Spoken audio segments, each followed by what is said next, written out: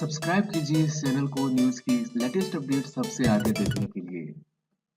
China Nobel Peace Prize laureate Liu Xiaobo's dying wish was denied. The last Nobel laureate to die in custody was Karl von Ossietzky in Nazi Germany in 1938.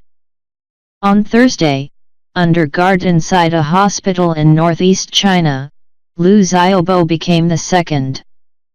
The Chinese authorities have released a series of videos since, intended to show their efforts to treat him, and that everything possible was done. Everything, that is, apart from the only thing he and his family asked for, the freedom to leave China for treatment abroad. At the hospital on Friday, the only sign that anything had happened here was the wide array of plainclothes security officials stationed outside. A number of them surrounded us as we tried to film, demanding that we stop, and trying to cover the camera lens. Our passports, visas, and press accreditation were photographed, and we were filmed and followed in the surrounding streets. The international tributes to Liu Xiaobo may be memorializing him as a tireless advocate for democracy and human rights, but here in China the news of his death is being heavily censored, and when he is mentioned, he is described as a convicted criminal. An editorial in the Global Times tabloid described his death as unfortunate and said he had been misled by foreign countries. If you search for Liu Xiaobo or variations of his name on Weibo, a Chinese social networking site, you get an error message that says they were unable to find results. I tried showing people a photo of Liu Xiaobo outside the hospital gates, and asking if they knew who he was. The majority shook their heads in what appeared to be genuine bewilderment, though our producer heard one man tell his friend afterwards, "I do know who that is, but it's very sensitive." Only one person could or would identify him on camera. He told us Liu Xiaobo was a good man. He contributed a lot to China's freedom and development. He had no fear of death. But there are other people here who know, and care, about the Nobel laureate.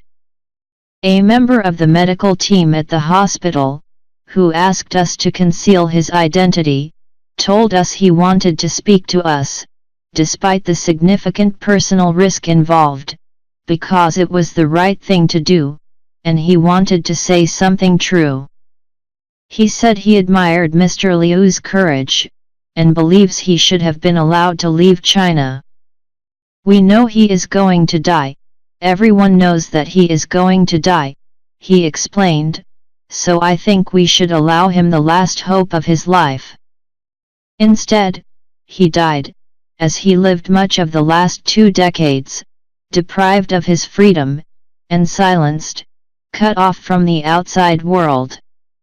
His body was moved under cover of darkness on Thursday night, the streets around the hospital closed to traffic, presumably to ensure no one with a camera phone could get anywhere close. It's not clear whether his family will have any say in where and how his remains are laid to rest. The fate of his wife, Liu Xiaobo, also remains unknown. She has been held in what amounts to house arrest since her husband was awarded the Nobel Peace Prize in 2010, despite never having been convicted, or even accused of any crime. The couple's international counsel, Jared Genser, told us they had not heard from her in 48 hours and he was very worried about her safety, and that of her family. She's under house arrest because the Chinese government did not want the spouse of the world's only imprisoned Peace Prize laureate to advocate for his freedom around the world, or to speak out publicly in China, Mr. Genser said. Unfortunately, that is not likely to change with the death of her husband. Liu Xiaobo's last words to his wife were said to be "live on well," but unless the Chinese leadership has a sudden change of heart, she is likely to live on in isolation and under their control.